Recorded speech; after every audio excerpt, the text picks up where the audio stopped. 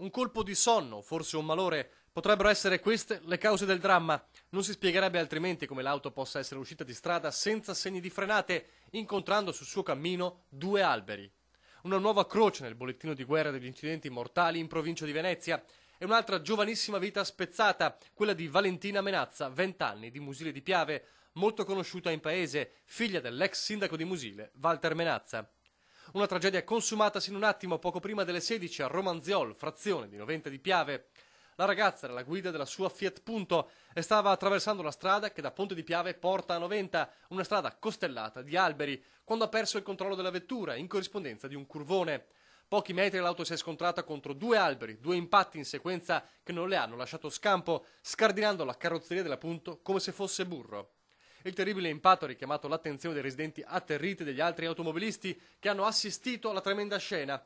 Pur sotto shock hanno lanciato l'allarme al SUEM. Oltre ai sanitari sul posto sono giunti anche i carabinieri di Sandona di Piave e i vigili del fuoco, ma c'è stato poco da fare. La ragazza era morta praticamente sul colpo.